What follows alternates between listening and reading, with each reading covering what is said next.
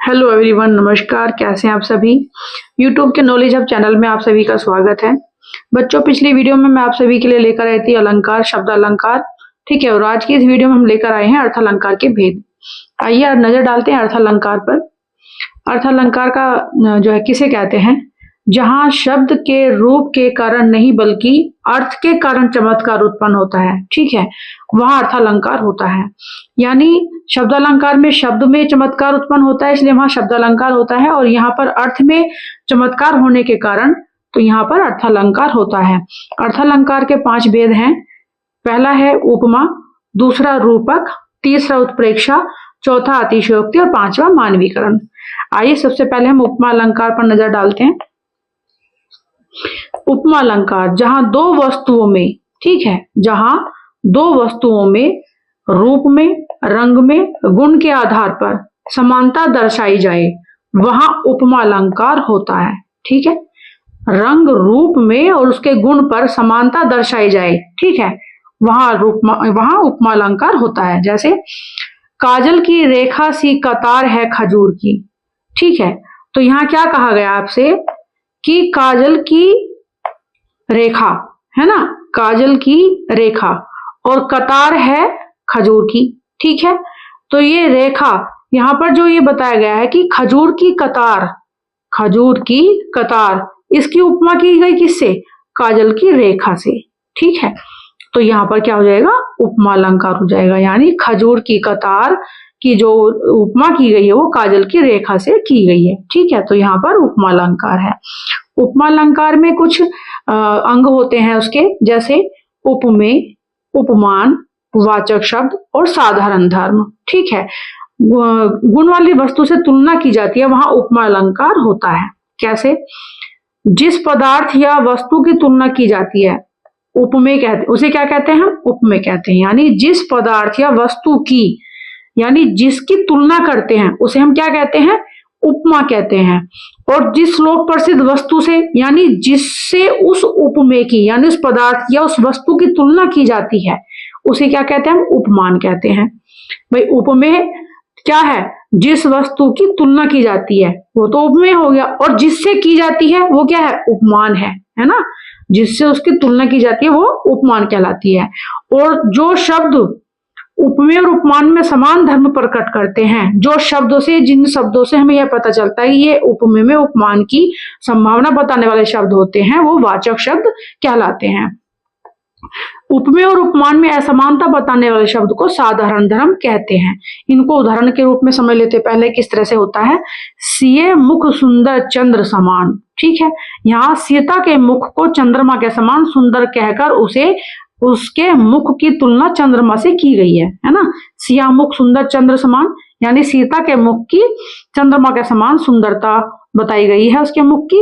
तो कैसे कि यहाँ उपमेय क्या है, मुख है ना, किसकी तुलना की गई है, किसके बारे में बताया जा रहा है, मुख के बारे में बताया गया है ना, मुख के बारे में बताया गया है। तो मुख क्या है, उपमेय है। और किससे तुलना की गई है, चंद्रमा से। तो वो क्या है, उसका प्रसिद्ध क्या चीज है, चंद्रमा। तो चंद्रमा से किसकी तुलना की गई है, मुख की। तो मुख क्या हुआ, उपमेय, और किससे की गई, चंद्रमा से, तो वो क्या हुआ, उपमान। और जो इसके सुंदरता को बताने वाला जो साधारण धर्म है वो क्या है, सुंदर है ना। और वाचक शब्द क्या है, समान। ये जो समान है ये क्या है, वाचक शब्द है। सहायक शब्द की इसने क्या बताया कि मुख किसके समान है, चंद्रमा के समान है, किसका, सिया का। ठीक है, तो ये वाचक शब्द है। तो ये जो है ये इसके तरीके हैं समझने के कि किस प्रकार से उपमेय और उपमान और वाचक शब्द और साधारण धर्म से हम उपमा शब्द की, उपमा अलंकार की पहचान कर सकते हैं। आगे देखते हैं रूपक अलंकार, जहां दो वस्तुओं में बहुत समानता के कारण एक वस्तु को दूसरी वस्तु का रूप दे दिया जाता है, वहां रूपक अलंकार होता है।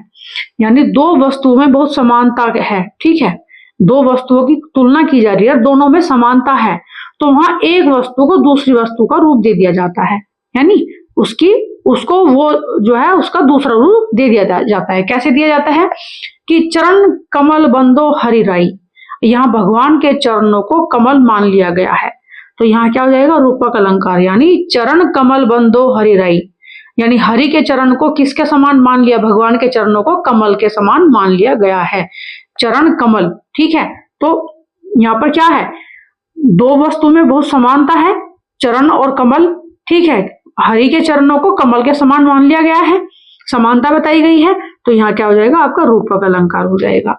मैया मैं तो चंद्र खिलौना ले हो, यहाँ चांद में खिलौने का आरोप किया गया है, चंद्र खिलौना है ना, मैं यहाँ चांद में खिलौने का आरोप किया गया है, तो यहाँ चांद और खिलौना एक हो गए हैं, ठीक है।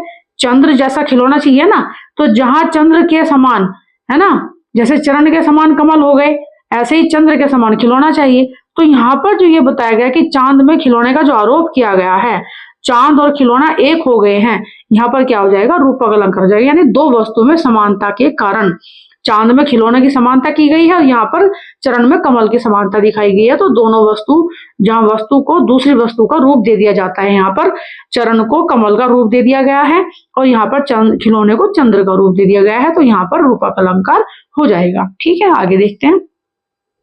उत्प्रेक्षा अलंकार, जहां उपमेय में उपमान की संभावना की जाती है उसे उत्प्रेक्षा अलंकार कहते हैं। इस अलंकार में कुछ शब्द ऐसे हैं जैसे जनु, जनहु, मनु, मानहु, इव, मानो आदि वाचक शब्दों का प्रयोग किया जाता है इसमें, ठीक है, उत्प्रेक्षा अलंकार में। उदाहरण, इसमें क्या होता है, जहां उपमेय में उपमान की संभावना की जाए, ठीक है, उपमेय में उपमान की संभावना की जाए, जैसे सोहत ओढ़े पीत पटु श्याम सलोने घात, मानो, आ गया ना यहाँ पे शब्द मानो, नीलमणि शैल पर आतपु परयो प्रभात। तो सोहत ओढ़े पीत पटु, इस उदाहरण में भगवान श्री कृष्ण के श्याम शरीर पर जो नील मणियों के पर्वत की तथा पीत पटु जो उन्होंने वस्त्र धारण किए हुए हैं, उनके जो पीला रंग है, प्रभात धूप यानी सुबह सवेरे के जो प्रभात की जो धूप होती है उससे उसकी संभावना की गई है ना। तो श्री कृष्ण के श्याम शरीर पर नील मणियों के पर्वत की पीत पटु वस्त्र यानी पीत पटु जो वस्त्र हैं, प्रभात की धूप में उनकी उपमेय में उपमान की संभावना की गई है। श्री कृष्ण के जो श्याम रंग का शरीर है वो उपमेय है, और नीलमणियों के पर्वत की तथा पीत पटु वस्त्र जो पीले वस्त्र है, उनसे धूप के जो सुबह जो धूप निकलती है उसका जो पीला रंग होता है उससे उसकी संभावना की गई है, इसलिए यहाँ पर क्या हो जाएगा, उत्प्रेक्षा अलंकार हो जाएगा। उत्प्रेक्षा अलंकार और देख लेते हैं, इसके कुछ एग्जाम्पल्स हो रहे हैं आपके सामने, जैसे जनो, जाने, ज्यों, जनु, मनु, मानो, मनहु, ये सब क्या है, ये उत्प्रेक्षा अलंकार के कुछ शब्द हैं जिनसे उत्प्रेक्षा अलंकार की पहचान की जाती है। ये वाचक शब्द होते हैं, जैसे नील परिधान बीच सुकुमार, खिल रहा मृदुल अध खिला अंग, खिला ही ज्यों बिजली का फूल, मेघ बन बीच गुलाबी रंग, है ना। नील परिधान बीच सुकुमार, कि वो जो नीला परिधान है यानी ये जो अंबर है उसके बीच में जो सुकुमार है इस प्रकार से खिल रहा है उसका अंग, कि जैसे खिला है ज्यों बिजली का फूल, जैसे बिजली का फूल मेघ के बीच गुलाबी रंग का खिल रहा हो। तो ये जो ज्यों शब्द है, इसमें यहाँ इससे यह पता लगाया जा सकता है कि उसमें उत्प्रेक्षा अलंकार है। कहती हुई जो उत्तरा के नेत्र जल से भर गए, हिमकणों से पूर्ण मानो हो गए पंकज नए, ठीक है। ये जो मानो शब्द है, मैंने बताया ना, जाने, ज्यों, जनु, मनु, मानो, मनहु आदि, ये जो वाचक शब्द क्या है, उत्प्रेक्षा अलंकार की पहचान है। तो मानो आया यहाँ पर, तो यहाँ पर क्या हो जाएगा, उत्प्रेक्षा अलंकार हो जाएगा। उस काल मारे क्रोध के तनु कांपने उनका लगा, मानो हवा के जोर से सोता हुआ सागर जगा। उस काल मारे क्रोध के तनु है कांपने उसका लगा, तनु उसका कांपने लगा, मानो हवा के जोर से सोता हुआ सागर जगा, कि मानो हवा के जोर से सोता हुआ सागर जो है जग गया है। तो मानो, ये जो उपमेय में उपमान की संभावना की गई है, यहाँ पर उत्प्रेक्षा अलंकार हो जाएगा, ठीक है। ऐसे ही देख लेते हैं अतिशयोक्ति अलंकार, जहां किसी वस्तु, पदार्थ अथवा काव्य का वर्णन बढ़ा चढ़ाकर किया जाता है, वहां पर क्या होता है, अतिशयोक्ति, ठीक है। अतिशयोक्ति की पहचान है कि कोई भी वस्तु का जिसका वर्णन किया जा रहा है उसको बढ़ा चढ़ाकर किया जा रहा है, ठीक है, कि जो संभव ही नहीं है, जिसकी संभावना ही नहीं की जा सकती, इस तरह से उसकी कल्पना की जा रही है, उस तरह से उसका वर्णन बढ़ा चढ़ाकर किया जा रहा है, तो वहां पर क्या हो जाता है, अतिशयोक्ति अलंकार हो जाता है। जैसे देख लो साकेत नगरी है यही, स्वर्ग से मिलने गगन में जा रही। यहाँ कहने का तात्पर्य है कि साकेत नगरी की ऊंचाई का वर्णन इतना बढ़ा चढ़ाकर किया गया है, साकेत नगरी, कि देख लो साकेत नगरी है यही, ठीक है, कि साकेत नगरी की ऊंचाई का वर्णन इतना बढ़ा चढ़कर किया गया कि मानो वह स्वर्ग से मिलने जा रही हो। ठीक है, देख लो साकेत नगरी है यही स्वर्ग से मिलने गगन में जा रही। ठीक है, तो यहाँ पर क्या हुआ, अतिशयोक्ति अलंकार हो जाएगा। यहाँ पर यहाँ जो है साकेत नगरी की ऊंचाई का जो बढ़ा चढ़ाकर वर्णन किया गया है, इससे यहाँ पर मानो वह स्वर्ग से मिलने जा रही हो, इस तरह से इसका जो है यहाँ पर अतिशयोक्ति अलंकार हो जाएगा, क्योंकि बढ़ा चढ़ाकर वर्णन किया गया है कि मानो वह स्वर्ग से मिलने जा रही हो, इस तरह से उसकी अतिशयोक्ति या बढ़ा चढ़ाकर वर्णन किया है। ठीक है, हनुमान की पूंछ में लगन न पाई आग, लंका शीघ्र जल गई गए निशाचर भाग। अब हनुमान जी की पूंछ में आग लग भी नहीं पाई, क्या हुआ, लंका शीघ्र जल गई और निशाचर जो थे वो भाग गए।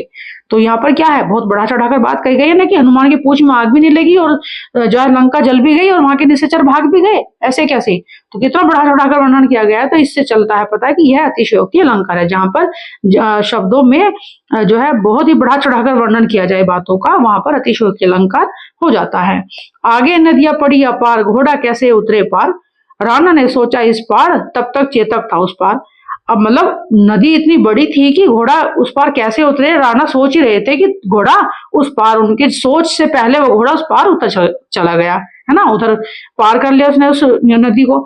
तो यहाँ पर क्या है, अतिशयोक्ति अलंकार, यानी बात को बहुत ही बढ़ा चढ़ाकर वर्णन किया गया है ना, किसी भी वस्तु पदार्थ अथवा काव्य का वर्णन, है ना, वस्तु का, पदार्थ का, काव्य का, किसी का भी वर्णन जब उतार चढ़ाकर बहुत ही बढ़ा चढ़ाकर वर्णन किया जाता है तो वहां पर अतिशयोक्ति अलंकार हो जाता है।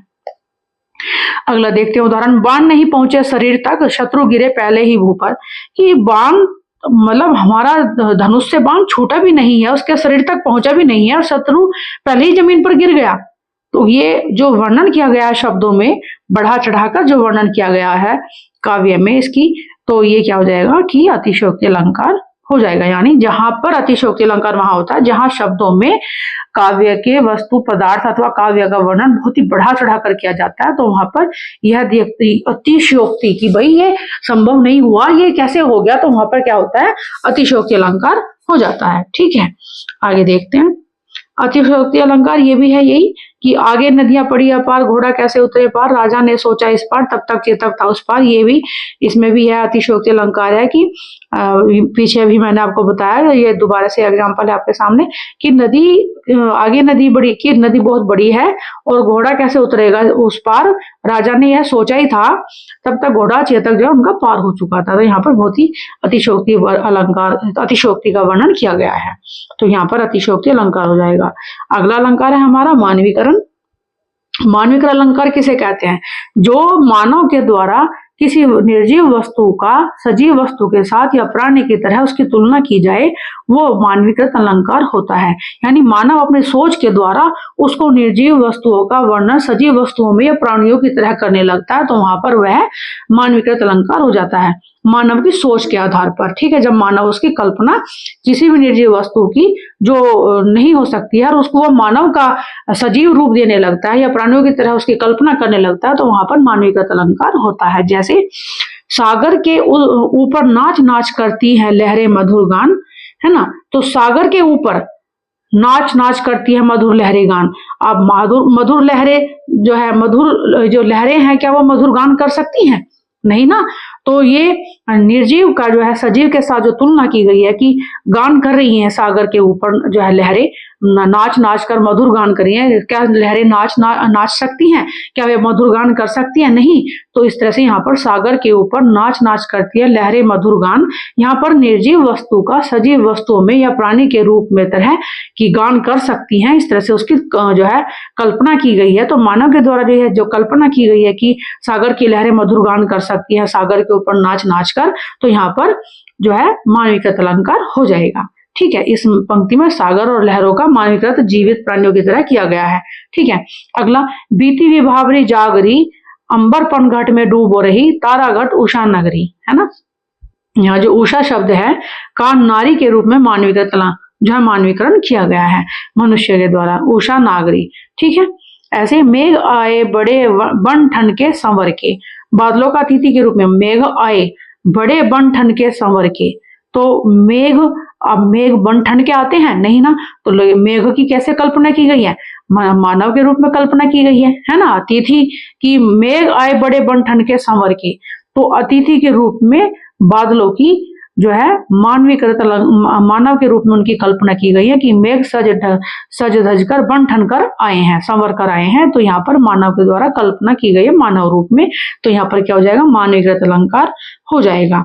और देख लेते हैं उदाहरण, पवन पी रहा था शब्दों को, निर्जनता की उखड़ी सांस। यहाँ देखते हैं, यहाँ पवन और लज्जा आदि भावों को मानवीकरण करके उन्हें प्राण एवं सचेतन रूप में दर्शाया गया है।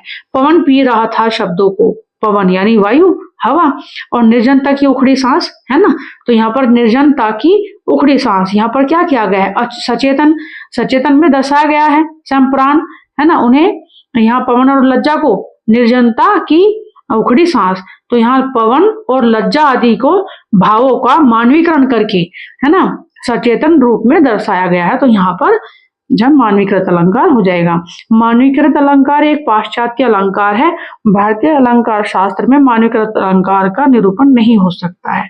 ये आपके जानने वाली पॉइंट की बात नहीं है, आपको सिर्फ इतना ध्यान देना है कि मानवीकृत अलंकार जो है किस तरह से आप इसकी पहचान करेंगे, यानी निर्जीव वस्तु की सजीव वस्तुओं में प्राणी के रूप में उसकी कल्पना की जाए मानव के द्वारा, तो वहां पर मानवीकृत अलंकार होता है।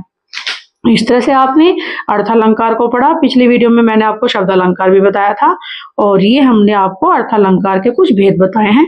यह वीडियो आपको कैसी लगी लाइक करें, कमेंट करके बताएं और इस वीडियो को ज्यादा से ज्यादा शेयर करें ताकि सभी जो यूपी पुलिस की तैयारी कर रहे हैं बच्चे उनको इसका लाभ मिल सके। देखने के लिए बहुत बहुत धन्यवाद।